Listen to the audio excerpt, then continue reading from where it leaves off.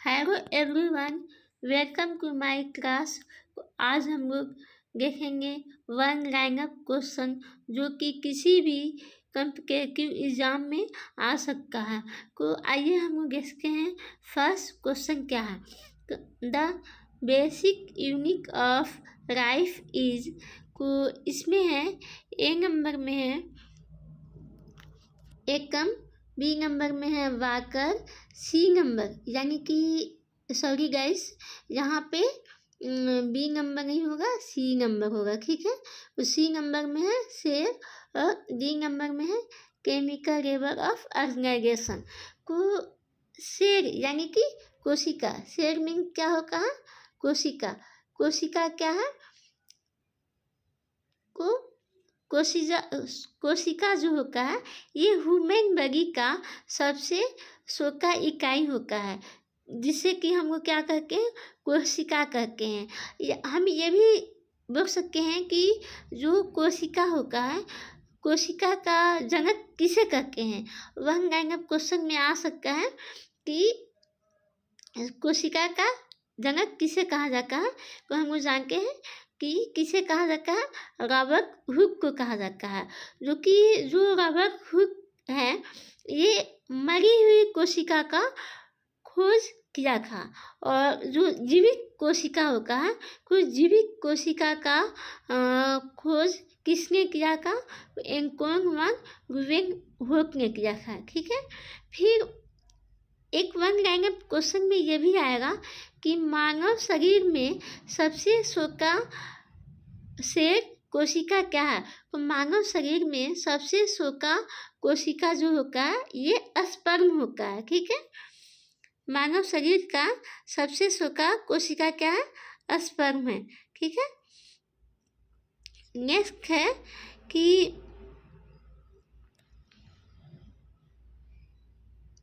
मानव शरीर में सबसे बड़ा कोशिका क्या है, ओवम।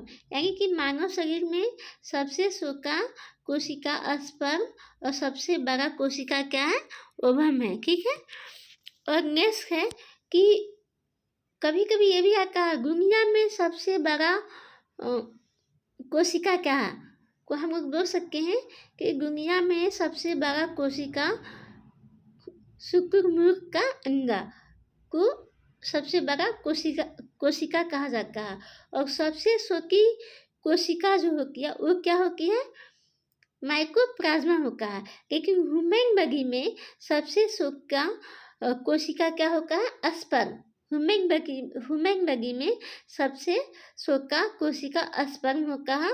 और ह्यूमन बॉडी में सबसे बड़ा कोशिका क्या होता है, ओवम होता है, ठीक है। तो इसमें हम लोग देखेंगे कि द शेर also the structural unit of body और बेसिक यूनिट ऑफ लाइफ। या हम ये भी बोल सकते हैं कि cell is also known as basic unit of life, ठीक है। और फंक्शनल यूनिट ऑफ बॉडी और फिजिकल बेसिस ऑफ लाइफ और एनिमल एंड प्लांट। नेक्स्ट क्या है, atom is the smallest part of an element. तो इसका जो राइट आंसर होगा the basic unit of life, यानी कि बेसिक यूनिट ऑफ लाइफ जो है इसका राइट आंसर क्या होगा, सेल यानी कि कोशिका, ठीक है। तो हम ये भी बोल सकते हैं कि ह्यूमन बॉडी का निर्माण कैसे होता है। सबसे पहले को हम लोग कोशिका, यानी कोशिका क्या है, कोशिका क्या है, एक स्मॉलिक पार्ट है, ठीक है। को हम लोग सोच सकते हैं ना कि ह्यूमन बॉडी का निर्माण कैसे होता है। तो सबसे पहले हम लोग देखेंगे कि जब हम लोग एक घर का निर्माण करते हैं, एक बिल्डिंग बनाते हैं, एक को उसमें क्या बनता है, वो उसमें होता है, एक घर का निर्माण करने में क्या क्या मटेरियल रखता है। तो इसमें होगा सबसे पहले हम लोग लगाएंगे ईंट, ठीक है। ईंट रहेगा, इससे क्या होगा, दीवार बनेगा, ठीक है। दीवार से क्या बनेगा, कमरा बनता है। और कमरा से क्या बनता है, घर बनता है, ठीक है। इसी तरह ह्यूमन बॉडी का निर्माण कैसे होगा? तो सबसे पहले क्या होगा? सबसे पहले तो एकम आएगा, ठीक है। सबसे पहले एकम आएगा, फिर क्या आएगा? कोशिका आएगा, ठीक है। फिर क्या आएगा? कोशिका आएगा, फिर क्या आएगा? ऊतक आएगा, यानी कि ऊतक मतलब टिश्यू, ठीक है। फिर क्या आएगा? ऑर्गन, ठीक है, ऑर्गन, अन्न। फिर क्या आ जाएगा? सिस्टम। और फिर क्या आएगा? ह्यूमन बॉडी, यानी कि सबसे पहले ह्यूमन बॉडी जो बनता है, जो हमारा शरीर बनता है, इसका निर्माण कैसे होगा? तो सबसे पहले एकम आएगा, फिर क्या आएगा? सेल आएगा, फिर टिश्यू, फिर ग्रुप ऑफ टिश्यू, हम लोग बोल सकते हैं group of cell. Group of cell मिला के क्या होगा? टिश्यू का निर्माण होगा। फिर ग्रुप ऑफ टिश्यू मिलकर क्या होगा? ऑर्गन का निर्माण करता है। फिर ग्रुप ऑफ ऑर्गन मिलकर क्या करता है? सिस्टम का निर्माण करता है। और ग्रुप ऑफ सिस्टम मिलकर क्या होगा? एक ह्यूमन बॉडी का निर्माण करता है, ठीक है। को पहला क्वेश्चन में राइट आंसर क्या आएगा? Basic unit of life is also known as cell, ठीक है। ये सी नंबर है, C number right answer cell. अब नेक्स्ट क्वेश्चन क्या है?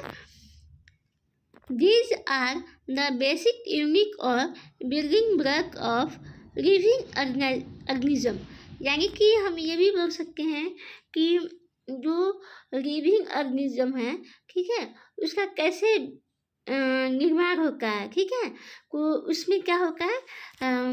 ए नंबर में है एंजाइम, बी नंबर में है प्रोटीन, सी नंबर में है सेल और डी नंबर में है न्यूक्लियस। तो राइट आंसर क्या होगा? सेल। और आई होप कि आप सभी को सेल कोशिका क्या है ये समझ में आ गया होगा क्या, ठीक है। तो अगर हमें कुछ भी समझ में नहीं आता और कोई व्यक्ति आकर पूछ दिया कि कोशिका क्या है, तो हम लोग बोल सकते हैं कि कोशिका मानव शरीर का सबसे छोटा इकाई होता है, ठीक है, जिसका जनक रॉबर्ट हुक को कहते हैं, जो कि मृत मरा हुआ कोशिका का आविष्कार किया था। और जो जीवित कोशिका है उसका आविष्कार किसने किया था? तो एंटोन वान लीeuwenhoek ने किया था। और मानव शरीर में सबसे छोटा सेल स्पर्म होता है और सबसे बड़ा सेल ओवम होता है, ठीक है। उसी तरह कोई पूछ देता है कि दुनिया में सबसे छोटी कोशिका क्या होगा, वो हमें बताना है माइकोप्लाज्मा। और दुनिया में सबसे बड़ी कोशिका क्या होगा? वो शुक्राणु का अंडा, ठीक है। और ह्यूमन बॉडी का निर्माण कैसे होता है? वो एकम, कोशिका, ठीक है, एकम, सेल, टिश्यू, ऑर्गन, सिस्टम, ये सब मिलकर क्या होगा? ह्यूमन बॉडी का निर्माण करता है। तो इसमें राइट आंसर क्या हो गया? These are the basic unit or building block of living organism। को राइट आंसर होगा सी। नेक्स्ट है physical basic of life is. को physical basic of life is में ऑप्शन है न्यूक्लियस, बी है प्रोटोप्लाज्मा, सी है सेल और डी है डीएनए। तो इसका राइट आंसर क्या होगा? इसका राइट आंसर होगा सी, यानी कि सेल। यानी कि आज हम लोग केवल सेल के बारे में जानेंगे, सेल क्या है, ठीक है, सेल का निर्माण कैसे होता है, सेल हमारे बॉडी में कैसे, हमारे बॉडी में सेल मिलकर कैसे ह्यूमन बॉडी का निर्माण करता है, एक, ठीक है। वो हम लोग बोल सकते हैं सेल क्या? ह्यूमन बॉडी का सबसे छोटी इकाई है। नेक्स्ट क्या है? The main difference between a prokaryotic cell and a eukaryotic cell is the absence of क्या है? प्लाज्मा मेम्ब्रेन है, माइटोकॉन्ड्रिया है, ट्रू न्यूक्लियस है और फ्लैजिला है। तो इसमें जो राइट आंसर होगा, इसमें राइट आंसर क्या होगा? तो इसका राइट आंसर होगा ट्रू न्यूक्लियस, ठीक है। तो इसमें हम लोग देखेंगे कि प्रोकैरियोटिक सेल, कोई प्रोकैरियोटिक सेल क्या होगा है? तो प्रोकैरियोटिक सेल में है a cell in many primitive unicellular organism, यानी कि जो प्रोकैरियोटिक सेल होता है यह एक यूनिसेलुलर ऑर्गेनिज्म होता है। लाइक बैक्टीरिया, प्रोकैरियोटिक सेल गुणक है न्यूक्लियाई, यानी कि हम बोल सकते हैं कि प्रोकैरियोटिक सेल में जो न्यूक्लियाई होता है वो प्रेजेंट नहीं होता है। ठीक है, और है नेक्स्ट है यूकैरियोटिक सेल। यूकैरियोटिक सेल क्या है? A cell in multicellular and number of unicellular, यानी कि यूकैरियोटिक जो होता है ये मल्टीसेलुलर और यूनिसेलुलर दोनों होता है। और eukaryotic cell contain a membrane bounded nucleus, और इसमें क्या होगा? न्यूक्लियस प्रेजेंट होगा। हम बोल सकते हैं कि प्रोकैरियोटिक सेल में न्यूक्लियस क्या होगा? एब्सेंट होता है, नहीं पाया जाता। और यूकैरियोटिक सेल में क्या होगा? न्यूक्लियस प्रेजेंट होगा। और प्रोकैरियोटिक सेल यूनिसेलुलर होगा और यूकैरियोटिक सेल मल्टीसेलुलर होगा है। ठीक है, नेक्स्ट है कि the primary distinction between these two type of cell is that eukaryotic cell and have a membrane bound nucleus, true nucleus present, and prokaryotic cell do not true nucleus absent। हम बोल सकते हैं कि इसमें क्या होगा? true nucleus absent होगा। Next question है कि where does the transcription occur in prokaryotic cell? A number में है न्यूक्लियस, बी नंबर में है साइटोप्लाज्मा, सी नंबर में है वैक्यूल्स और डी नंबर में है माइटोकॉन्ड्रिया। तो इसमें राइट आंसर क्या होगा? तो इसका जो राइट आंसर होगा वो क्या होगा?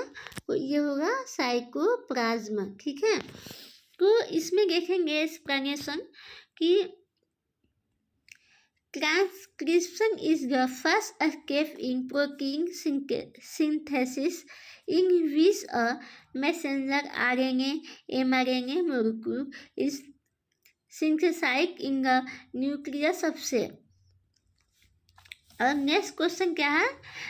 6 नंबर में है कि which of the following is not assimilated by eukaryotic cell। को ऑप्शन है ए नंबर में है लैक्टेज, बी नंबर में है सरफेस, सी नंबर में है नाइट्रोजन और डी नंबर में है ग्लूकोज। तो इसका जो राइट आंसर होगा, तो इसका राइट आंसर क्या होगा? तो इसका राइट आंसर होगा नाइट्रोजन। ठीक है, इसका राइट आंसर क्या है? नाइट्रोजन। सी नंबर इसका राइट आंसर है, यानी कि which of the following is not assimilated by eukaryotic cell. तो राइट आंसर क्या है? नाइट्रोजन। तो नाइट्रोजन क्या है? तो हम लोग देखेंगे nitrogen assimilation is the process by which inorganic nitrogen compound, यानी कि ये जो होगा ये इनऑर्गेनिक नाइट्रोजन कंपाउंड है। ठीक है, are use to form of organic nitrogen compound like amino acid. ठीक है, नेक्स्ट क्वेश्चन है prokaryotic cell are significantly smaller than eukaryotic cell, what is the relative size, यानी कि जो प्रोकैरियोटिक सेल्स होता है उसका जो साइज होता है क्या होता है?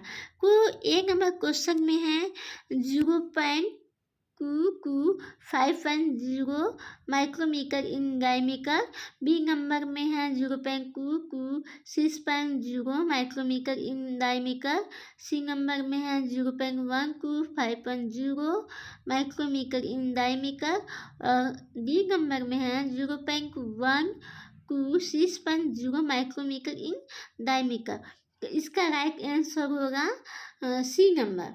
कितना होगा? 0.12510 माइक्रोमीटर इन डायमीटर, यानी कि इसका राइट आंसर सी होगा। तो इसका एक्सप्लेनेशन हम लोग देखेंगे कि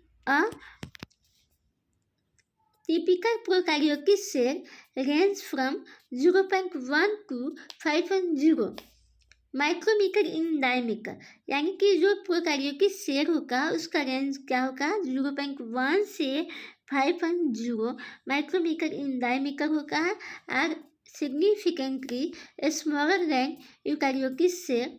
और जो यूकैरियोटिक सेल होगा उसका जो डायमीटर होगा वो होगा 10 से लेकर 100 माइक्रोमीटर इन डायमीटर, यानी कि हमें इसका डायमीटर याद करना है कि प्रोकैरियोटिक सेल का डायमीटर होगा 0.1 to 5.0 माइक्रोमीटर इन डायमीटर और यूकैरियोटिक सेल का डायमीटर होगा 10 to 100 माइक्रोमीटर इन डायमीटर। ठीक है, और इसका राइट आंसर क्या था 0.1 to 5.0 micrometre in diameter. Next question है विच ऑर्गेनेल्स पर पावर हाउस ऑफ सेल को, जैसा कि हम लोग जानते हैं कि पावर हाउस ऑफ सेल किसे कहा जाता है, कोई बता सकता है को जो पावर हाउस ऑफ सेल होता है ये माइटोकॉन्ड्रिया को कहा जाता है। इसका राइट आंसर होगा सी माइटोकॉन्ड्रिया। तो mitochondria is a cell organelle of rod और oval shape 0.5 micrometre in diameter, यानी कि जो माइटोकॉन्ड्रिया होता है ये क्या होगा, यह एक सेल ऑर्गेनेल होता है और इसका जो शेप होगा ये शेप होगा वो कैसा होगा, ये रॉग शेप और ओवल शेप का होगा। ठीक है, ओवल शेप का होता है और इसका डायमीटर कितना होगा 0.5 माइक्रोमीटर इन डायमीटर होता है। नेक्स्ट क्वेश्चन हमारा है 9 नंबर कि which cellular component is responsible for oxidative metabolism. इसका ए नंबर ऑप्शन है माइटोकॉन्ड्रिया, बी नंबर है रिसेप्टर, सी नंबर है राइसोसोम और डी नंबर है SLA मोलेक्यूल। इसका जो राइट आंसर होगा ये क्या होगा माइटोकॉन्ड्रिया, और माइटोकॉन्ड्रिया क्या है पावर हाउस ऑफ सेल। ठीक है, और नेक्स्ट क्वेश्चन है इसका राइट आंसर क्या है, इसका राइट आंसर ए है माइटोकॉन्ड्रिया। ठीक है, नेक्स्ट क्वेश्चन है aerobic respiration is perform by, तो इसमें ऑप्शन है ए नंबर ग्लाइकोसोम्स, राइबोसोम, राइसोसोम और माइटोकॉन्ड्रिया। तो इसका राइट आंसर क्या है माइटोकॉन्ड्रिया। और माइटोकॉन्ड्रिया को क्या कहते हैं, वो माइटोकॉन्ड्रिया को कहते हैं पावर हाउस ऑफ सेल। और माइटोकॉन्ड्रिया का शेप क्या होता है, तो ये रॉग शेप का होता है, रॉग और ओवल शेप का होता है और इसका डायमीटर क्या होता है, तो इसका डायमीटर होता है 0.5 माइक्रोमीटर इन डायमीटर होता है। ठीक है, और इसमें हम लोग सेल का माइटोकॉन्ड्रिया का फिगर भी देखेंगे कि माइटोकॉन्ड्रिया क्या है। तो ये एटीपी सिंथेसाइज करता है और इसमें इंटर मेम्ब्रेन स्पेस होता है, मैट्रिक्स होता है, क्रिस्की होता है, राइबोसोम, ग्रैन्यूल्स और inner membrane outer membrane DNA होगा।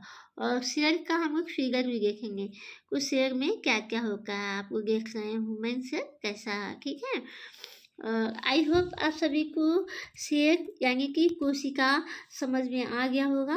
और आज का क्लास हम लोग यहीं पे ख़त्म करते हैं और नेक्स्ट क्लास में हम लोग नेक्स्ट टॉपिक को कवर करेंगे। तो thank you so much class.